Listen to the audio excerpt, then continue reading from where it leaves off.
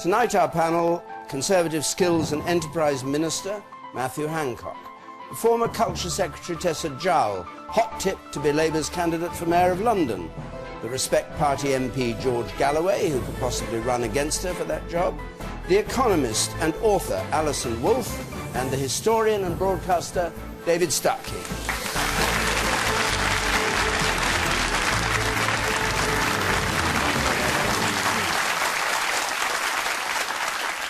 Good, thank you very much. We'll take our first question from Lisa Gibson, please. Lisa Gibson. In the wake of 2 Coronation Street actors being cleared of sex abuse charges, should the accused be given anonymity in future rape cases? This is William Roach, of course, who was cleared by a jury today, and Michael Lavelle cleared earlier on a charge. George Galloway, the coalition agreement between Labour and between Conservatives and Liberal Democrat did have a plan. Same thing. Did have a proposal that the anonymity should be given to the person charged. What's your view? Well, it's a tricky one because when accusations are made and the accused is named, sometimes people come forward with evidence and sometimes with further allegations of other crimes. And it would obviously mitigate against that if the accused was granted anonymity. But in the light of what happened today, this vastly expensive, potentially devastating, disastrous set of false accusations against an innocent man cleared by the court. Indeed, some of the charges were dropped well into the case before even reaching the jury. I think that this matter will return to the agenda in a very big way. The accusers are, of course, granted anonymity, absolutely correctly, and I think the time may be coming for the accused similarly to be granted anonymity. And when you say the time may be coming, you mean because there is an increase in the number of cases that are being put before the courts? Well, there appear to be, in these high-profile cases, people in this post-Savile era who are the victims of opportunistic accusation. And that seems to me to be invidious, unjust to them. I have no reason to second-guess the jury today, which was apparently absolutely unequivocal. But Bill Roach has spent many, many months under the cloud of suspicion, entirely unjustifiably, as it has turned out. And that can't be right.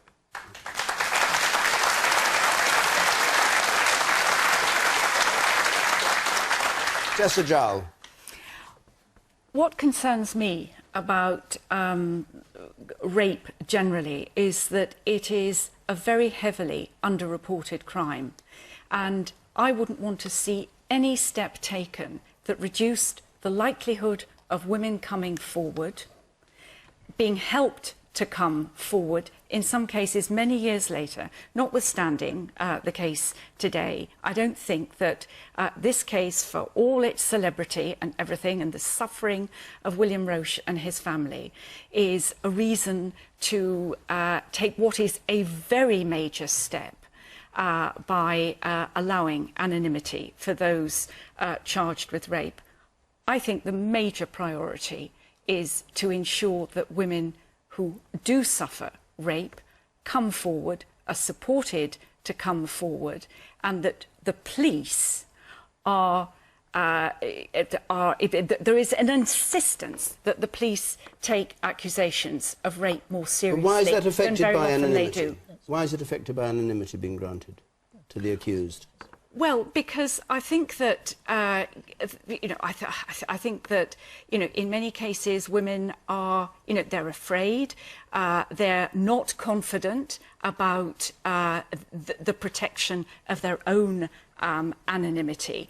And I think that if you look at this in the round, the priority for us as a society is the protection of women who are subject to rape, and putting absolutely no obstacle in the way of their coming forward and being supported to come forward and bring cases of rape where they have suffered this terrible sexual violence. Okay, Alison Wolf. I completely agree with George Galloway. I think that the time has come, actually I think the time was a long time ago, for people who are accused of rape to be granted anonymity until the end of the trial. Clearly, if they're then found guilty, their name comes forward. But I cannot see why putting people through this helps in any way to encourage women to come forward with accusations.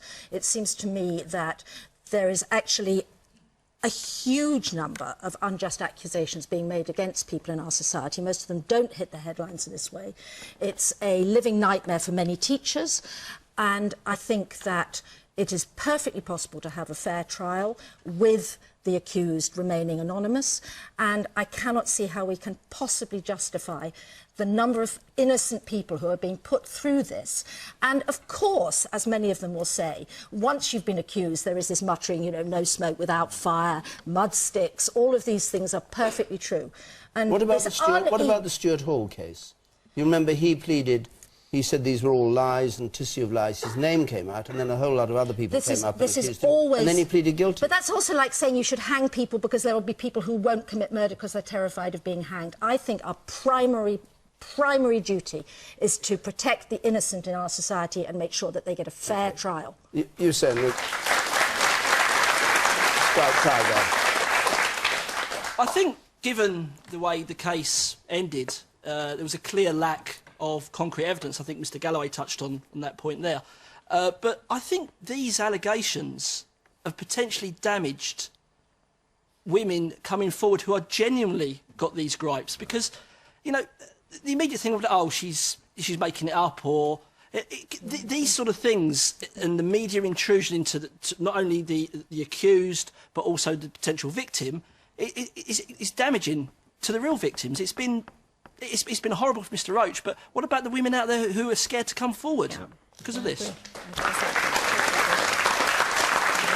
David Starkey. I think there are two points that I'd like to make. The first relates directly and specifically to the question, why was that idea of anonymity in the coalition agreement? It was directly because of the intervention of a very old and dear friend of mine, Conrad Russell, the late Earl Russell, who, when he was at your college, dealt as a tutor with exactly the kind of case that we're talking about. That is why it was there. The second issue is, I think we've got ourselves into a hopeless confusion on the whole question of rape. The word rape means violence. That is the Latin root. That is how it has always existed in English. That is how it has always been understood.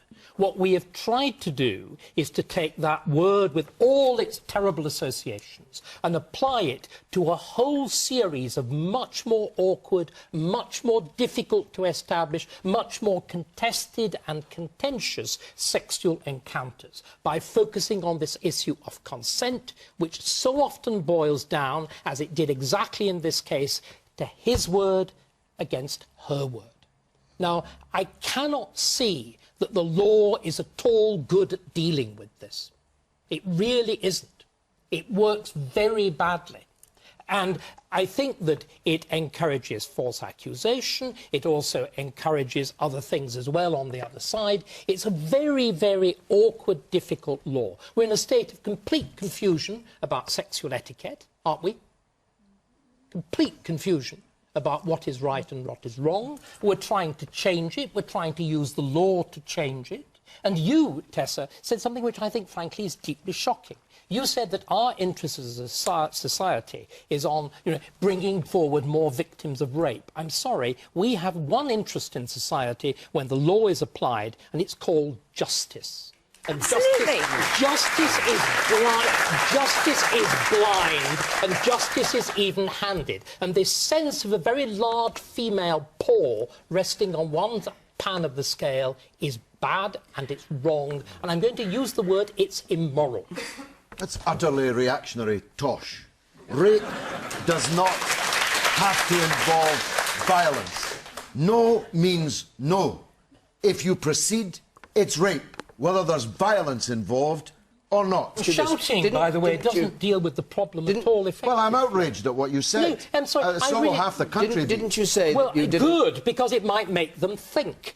Just sort of mouthing these things, you know, no means no. Think of I'm not heterosexual.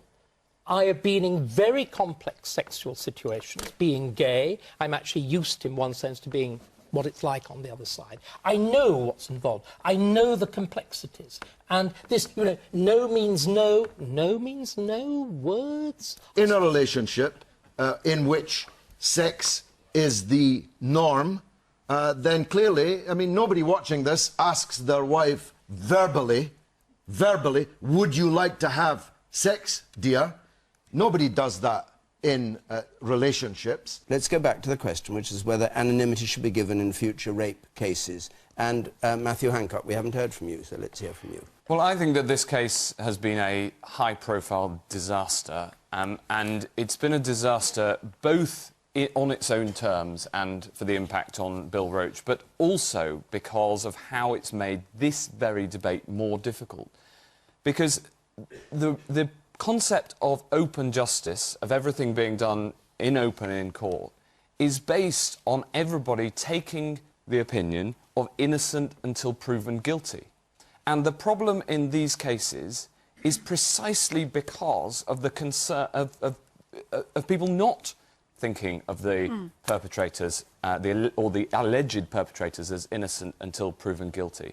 And I would rather try to establish the principle of innocent until proven guilty because of the downsides of bringing in anonymity, which undoubtedly and provenly making an accusation, if true, does bring forward other victims. How do you achieve that? How do you try and change? Well, I think that we should have... It's about the national culture. It involves how the media respond. Innocent until proven guilty is an extremely important principle on which our whole justice system is built. All right. Tessa, I'm going to come back to you, but I'll get up to the person over there first. You, sir. I was talking about what George was saying about asking your partner for intercourse on just a basis. What happens, most girls will complain after a couple of months into it. There was no spontaneous love. There was no care in a relationship. If you're going to have to ask them every 20 seconds if you want them, where are you showing us the spontaneous, the actual real love kind? All right. Well, we're on to the issue about what rape is rather than whether anonymity should be granted. The woman there at the back, yes. I think there's two issues. Bill Roach was never going to be anonymous. He's too famous. That was never going to have anonymity. So I don't think we should use these high-profile cases to talk about a major change in the rape laws. And as for people being confused, I think that's rubbish, quite frankly. I think a man knows if he's had sex with a woman against her will, and so does she. There's no confusion. And Lisa Gibson, did you want to come back in on this? You asked the question. I think that due to the media circus and frenzy that surrounded both the cases, I believe in the premise of innocent until proven guilty. And the fact that they are two famous household actors' names, they should be allowed to be in court, and in both cases a trial jury to decide, rather than the press and the media. OK. And Tessa Jowell, do you want to come back? Because David Starkey rather laid into you. Well, not that I noticed. I mean, my test for this is, does any change in the law make it less likely that some of the young women that I represent and, you know, I know turn up at the local hospital, they go to the police, or they languish in school because something horrific has happened to them? Does it make it less likely that they are going to come forward, that the perpetrator is going to be charged, and they're going to be given the help that they need? And I think that celebrity is a very bad moment at which to undertake a fundamental change in the law. And I think that the lady who made that point, perhaps rather better than I have, is the view that certainly represents... Why does anonymity, if anonymity was given, just let's complete this, if anonymity was granted to people accused of rape, why would it make people less likely to come forward and accuse them of rape? I think that the absence of anonymity sets a higher threshold. I think that's the first thing. And I think that in this threshold case... for what? Well, a higher threshold for somebody to be charged. And I think also, you see, the role of the CP... Doesn't evidence just do a second. that? The lack of anonymity also makes it very tempting to bring false charges when what you want to do is to harm somebody and hurt somebody. No, but the and you point... don't care if they're later acquitted, because they will, in the meantime, have had terrible damage done to them. All right. I think we'll have to... There are thousands and thousands of young women and older women in this country who have suffered forms of sexual violence and never had the confidence or the ability to come forward. What's this to the point? It has no relationship to the issue of anonymity. Right, I'm going to hand the...